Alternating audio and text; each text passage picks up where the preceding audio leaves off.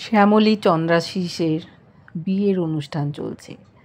ওখানে পাখা চালাতে এসেছিল অনিকেত। সিঁদুরদানটুকু বাকি ছিল।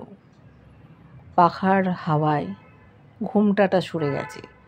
সেই সময় চন্দ্রাশিস সিঁদুর পরিয়ে দিয়েছে। অনিকেত হঠাৎ একবার তাকিয়ে ফেলেছে বউয়ের মুখের দিকে। দেখে অবাক হয়ে গেছে। এ যে শ্যামলী। ভাবতে পারেনি শ্যামলী অন্য কাউকে বিয়ে করতে পারে। চোখ দিয়ে জল পড়ছে। ওখানে আর এক মুহূর্ত না দাঁড়িয়ে থেকে ছুটতে চলে গেছে।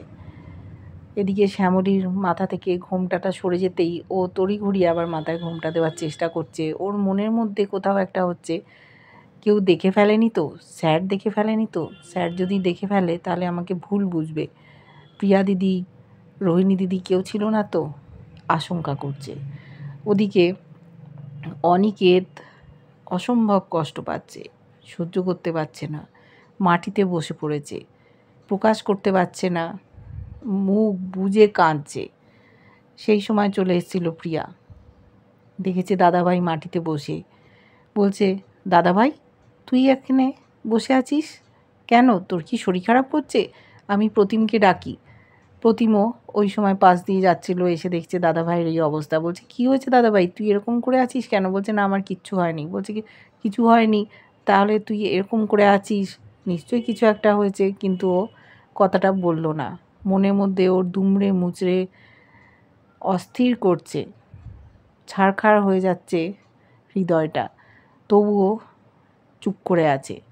বলল যে, দেখ আমরা এবার ফিরে যাব বাড়িতে। প্রতিম বলছে, কেন এখন আমরা যাব? এই মাঝপথে চলে যাব? বললো, ম্যানেজারকে বুঝিয়ে আমরা এখান থেকে চলে যাব। ওরা তো কোনো দিন এরমভাবে কাজ ছেড়ে চলে যায়নি। বললো, না এবার আমরা যাব, রোহিণীকেও ডেকে নে। আর যে গিফটটা আমরা নববরবধূকে দিই শ্যামলী ঠিক করেছিলেন, সেই উপহারটা আমি দিতে চাই, যা প্রতিম নিয়ে আয়। প্রতিম উপহারটা এনে দিল অনিকেতের কাছে। অনিকেত ওখান থেকে চলে গেল। এরা বুঝতে পারছে না কি হলো। এদিকে বিয়েটা হয়ে গেল। দাদু দিম্মা বলছে যে, দেখেছো আমার নাতনির নাকে সিঁদুর পড়েছে। খুব খুশি চন্দ্রাশিস, এতদিনে ওর স্বপ্ন পূরণ হলো। বলছে যে, হানিমুনে তুমি কোথায় যাবে? সুইজারল্যান্ড। সহ্য করতে পারছে না চন্দ্রাশিসের বোন। বলছে, দাদা তোর এত সোহাগ, আমি ঘুচিয়ে দেবো। বউকে আগে বাড়ি যেতে দে, তারপর দেখিয়ে দেবো। কেন যে এত হিংসে করছে জানি না। এদিকে নাকে সিঁদুর পড়েছে বলে চন্দ্রাশিস খুব খুশি। শ্যামলীকে বলছে যে, বর্ণমালা দেখেছো সবাই কি বলছে, নাকে সিঁদুর পরা মানে বউ খুব সুখী হবে। ও আর সহ্য করতে পারছে না, এই সিঁদুরটা মাথায় রাখতে চাইছে না। বলল, আমি একটু বাথরুমে যাব। সাথে সাথে ও ননদ বলছে, এই বিয়ের অনুষ্ঠান ছেড়ে তুমি এখন ওয়াশরুমে যাবে? বললো, হ্যাঁ আমার একটু জরুরি দরকার আছে। সমস্ত বস্ত্র নিয়ে জোর নিয়ে ও উঠে দাঁড়িয়েছে। যেতে চাইছিল সাথে কেউ, বলল কাউকে যেতে হবে না, আমি একাই যাব। লুটিয়ে পড়ছে জোর। বলল সবাই, ওটা তুলে নাও। ওটা নিয়ে দৌড়ে বাথরুমে চলে গেছে। গিয়ে আয়নার সামনে দেখছে মাথা ভর্তি সিঁদুর। সহ্য করতে পারছে না। এটা কি করলো মহেশ্বর, তুমি এ কী করলে? স্যার কি দেখে ফেললো? যদি দেখে ফেলে সহ্য করতে পারবে না, খুব আঘাত পাবে। কেন তুমি আমার সাথে করলে? আমি তো এই বিয়েটা করতে চাইনি, বাধ্য হয়েছি বিয়ে করতে।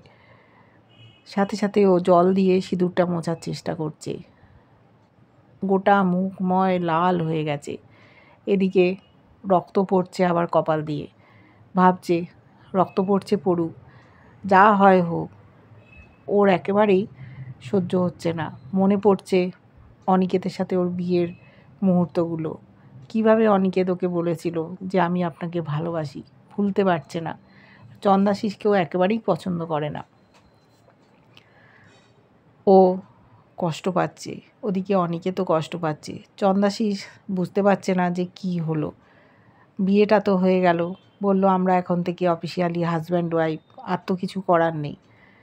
বাথরুম থেকে ও চলে গেছে সোজা একটা রুমে। সেখানে কান্নাকাটি করছে। কি করবে ওর আর ফেরার পথ নেই। এদিকে ওখানে দেখেছি হঠাৎ করে অনিকেত চলে এসছে গিফটটা নিয়ে। শুনতে পেয়েছে অনিকেতের গলা শ্যামলী, বলছে যে মিসেস রায় কনগ্র্যাচুলেশান। স্যারের গলাও চেনে। মাথা ঘুরিয়ে দেখছে অনিকেত দাঁড়িয়ে আছে, চোখে জল, এগিয়ে এসছে, বলছে আপনার নতুন পরিচয়, নতুন জীবন সুখের হোক। মনে মনে কষ্ট পাচ্ছিল অনিকেত যে আমাকে তো আপনি বললেই পারতেন। ও একটা রাত সময় চেয়েছিল, সমস্ত কিছু ঠিক করে দেবে, উল্টে ওখান থেকেও রাতের অন্ধকারে পালিয়ে গেছিল। এই কি ঠিক করা নমুনা? নিজের পরিচয়টাও লুকিয়ে ফেলেছে, অন্য নামে সকলের কাছে পরিচিত। বিয়ে হয়ে গেল চন্দাশিসের সাথে, এখন রায়বাড়ির বউ, তাই অভিবাদন দিতে এসছে। বলল অনিকেত, আমি এখানে আসতে চাইনি, কিন্তু আমাদের গেট বেঙ্গল ক্যাটারারের তরফ থেকে একটা উপহার দেওয়া হয়। একজন এই ব্যবস্থা করেছিলেন, আমি সেই উপহারটা দিতে এসেছি। সেটা যে শ্যামলী বন্দোবস্ত করেছিল বরবধূকে ওরা একটা উপহার দিত, সেই উপহারটা নিয়ে এসছে। শ্যামলীরও চোখে জল, অনিকেতেরও চোখে জল। কিছু বলতে পারছে না শ্যামলী, কিছু তো বলার নেই ওর।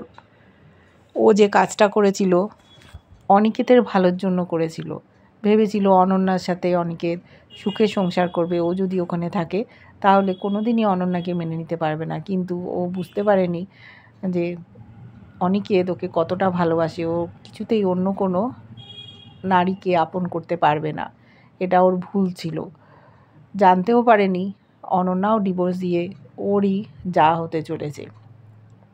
অনিকেত গিফটটা হাতে দিল, দুজনের আঙুল স্পর্শ করলো।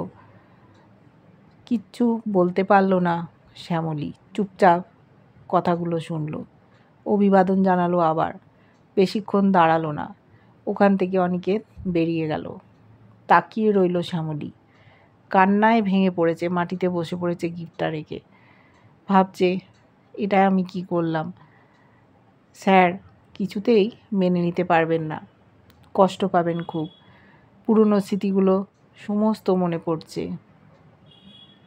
কিছু করার ছিল না, গ্রামের মেয়ে বউদের রুজি রোজগার বন্ধ হয়ে যেত, গুঁড়িয়ে দিত ওর কোম্পানি শুকতারা। চন্দাশিস যে খুব ভালো মানুষ তা না। শর্তের বিয়ে করেছে শ্যামলী। নিজের মনেই বলছে স্যার হয়তো আমাকে ভুল বুঝছেন, কিন্তু এটা তো সত্যি নয়। অনিকেত যা দেখেছে তা ওর দেখা হয়ে গেছে। পরিবারের লোকজন কেউ দেখতে পায়নি, ওদেরকে দেখতে দিতে চায় না, সেই জন্য সকলকে নিয়েও বেরিয়ে যেতে চাইছে। সেই সময় চন্দাশিস ঘরের সামনে এসছে, এসে দেখেছে বর্ণমালা কান্নাকাটি করছে মাটিতে বসে। বলছে, বর্ণমালা তুমি কাঁদছো কেন, তোমার কি হয়েছে? এগিয়ে এসছে, সামনেই গিফটটা রাখা ছিল। তখন বলছে, আমি জানি যে তুমি এটা মন থেকে বিয়েটা করোনি, সেই জন্য তুমি কান্নাকাটি করছো, কিন্তু এখন তো আর তোমার কিছু করার নেই। আমি তো এসব একেবারেই সহ্য করব না। তোমার এখন বিয়ে হয়ে গেছে। ও কিছু বলছে না, সামনেই ছিল উপহারটা, দেখতে পেয়ে হাতে তুলে নিয়েছে। নিয়ে দেখছে যে উপহারের ওপরে একটা কার্ডে কিছু কবিতা লেখা, সেই কবিতাগুলো পড়তে আরম্ভ করেছে। শ্যামলী খেয়াল করেনি কবিতাগুলো ওরই লেখা। যখন তিস্তা সেজে অনিকেতের সাথে কথা বলতো, সেই সময় কবিতাগুলো অনিকেতকে লিখে পাঠাতো। সেই কবিতায় লিখে গেছে, এক একজনের জন্য এক একটা নদী বরাদ্দ থাকে। অবাক হয়ে গেছে শ্যামলী, উঠে দাঁড়িয়েছে, ভাবছে স্যার এটা দিয়ে গেছিলেন, আমি একবারও দেখলাম না, নিজে লিখে গেছেন আমারই লেখা কবিতাগুলো। রেগে গেছে চন্দাশিস, বলছে যে তোমার সেই সিংহ পুরুষ এসেছিল, সাহস হয় কী করে এখানকার ঠিকানা পেল, কেন তুমি বলনি, কে খবর দিল? কিন্তু শ্যামলী চুপচাপ, কোনো কথা বলছে না। চন্দাশিস বলছে, আমি কিন্তু এগুলো একদম সহ্য করব না। এখন ওর স্ত্রী বেয়াদবি তো সহ্য করবে না, যদি অন্য কোনো মানুষকে ভালোবেসে থাকে সেটা সহ্য না করারই কথা। শ্যামলী ভয় পাচ্ছে, চন্দাশিস যে খুব একটা সুবিধের মানুষ না, অবস্থাপন্ন। অনিকেতের কথা যদি জানতে পারে তাহলে তুলকালাম হয়ে যাবে। ইতিমধ্যেই অনিকেতের সাথে ঝামেলায় জড়িয়ে গেছিল চন্দাশিস। পছন্দ করে না ছেলেটাকে। যদি জানতে পারে ওই ওর প্রাক্তন স্বামী ছিল, ছাড়াছাড়ি হয়ে গেছে, তারপর একে বিয়ে করেছে আর নামও লুকিয়েছে এ বর্ণমালা না, এ শ্যামলী, ওর জীবনটা পুরো ছারখার হয়ে যাবে। তাই শ্যামলী মনে মনে ভাবছে, যতই যাই বলে যাক আমি মুখ খুলব না। ওর মুখের ভঙ্গি অনেক কঠিন হয়ে গেছে। চন্দাশিস বলছে, চুপচাপ তাকিয়ে আছে ওর মুখের দিকে। বিয়েটা করলো ঠিক, কিন্তু এই বিয়ে সুখের হবে না। চন্দাশিস ওর ওপর অত্যাচার করবে। ওদিকে ননদও আছে যে একেবারেই পছন্দ করছে না দাদা বউকে এত আদিক্ষেতা দেখা। কি হবে শ্যামলীর জীবনে, দেখতে থাকবো আমরা।